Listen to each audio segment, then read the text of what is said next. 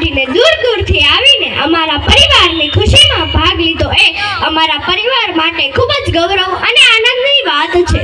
તો આજે હું તમને મારી કાલી ખેલી ભાષામાં દીકરી વિશે કહીશ. સૂર્યના ઘરે દીકરી જન્મી હોત અને તેને વિદાય કરવાનો અવસર આવ્યો હોત તો તેને પણ ખબર પડત કે અંધારું કોને કહેવાય. દીકરી એટલે શું? દીકરી શબ્દનો અર્થ ભગવાને ખૂબ જ સરસ રીતે વર્ણવ્યો છે. દીક એટલે દિલની સાથે જોડાયેલ એક અટૂટ શ્વાસ. ક એટલે કસ્તુરીની જેમ સદાય મહેકતી અને પરિવારને પણ મહેકાવતી. અને રી એટલે રિદ્ધિ સિદ્ધિ આપનારી, પરિવારને ઉજળો કરનારી એવી એક પરી.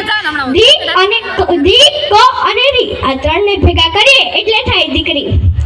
દીકરી એક એવી કડી છે કે જે ત્રણ પરિવાર સાથે જોડાયેલી છે. તે ત્રણમાંથી એક પણ પરિવારને ક્યારેય પારકા ગણતી જ નથી.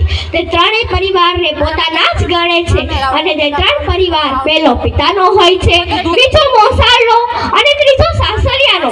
તે આ ત્રણ પરિવારને પોતાના એવા કરી લે છે કે તે જ્યારે ન હોય ત્યારે કંઈ ખૂટતું હોય તેવું લાગે છે, અને તે જ્યારે હોય ત્યારે જીવન એ આનંદમય બનાવી દે છે.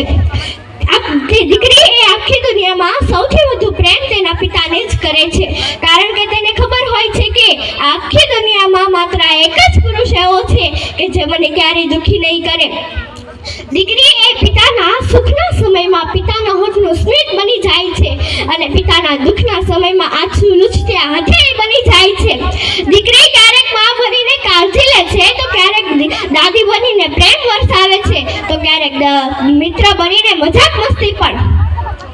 તેમજ દીકરી એ તેના મામાને પણ ખૂબ જ પ્રેમ કરે છે, કારણ કે માં હોય કે ન હોય પરંતુ બે માનો પ્રેમ આપનાર એટલે કે મામા. મામા એ ભાણેજને ખૂબ જ પ્રેમ કરે છે, તેથી જ કદાચ ભગવાને મમ્મીના ભાઈ સાથેનો સંબંધ મામા રાખ્યો હશે. તેથી જ દીકરીને પૂછવામાં આવે કે તારે વેકેશનમાં ક્યાં જવું છે, તો દીકરી તરત જ કહેશે કે મારે મામાને ક્યાં જવું છે. આ હસતી ખેલતી કૂદતી રમતી નાનકડી દીકરી જોતજોતામાં મોટી થઈ જાય છે અને એક દિવસ તેને પાનેતર ઓઢાડીને વિદાય કરવાનો સમય આવી જાય છે. દીકરીની વિદાયમાં સૌથી વધુ વેદના તેના પિતાને જ થાય છે, કારણ કે માં તો ગમે તેવી પરિસ્થિતિમાં દીકરી સામે રડી શકે છે, પરંતુ ગમે તેવો મજબૂત પુરુષ કેમ ન હોય તે દીકરીની વિદાય વખતે ખૂબ જ રડે છે.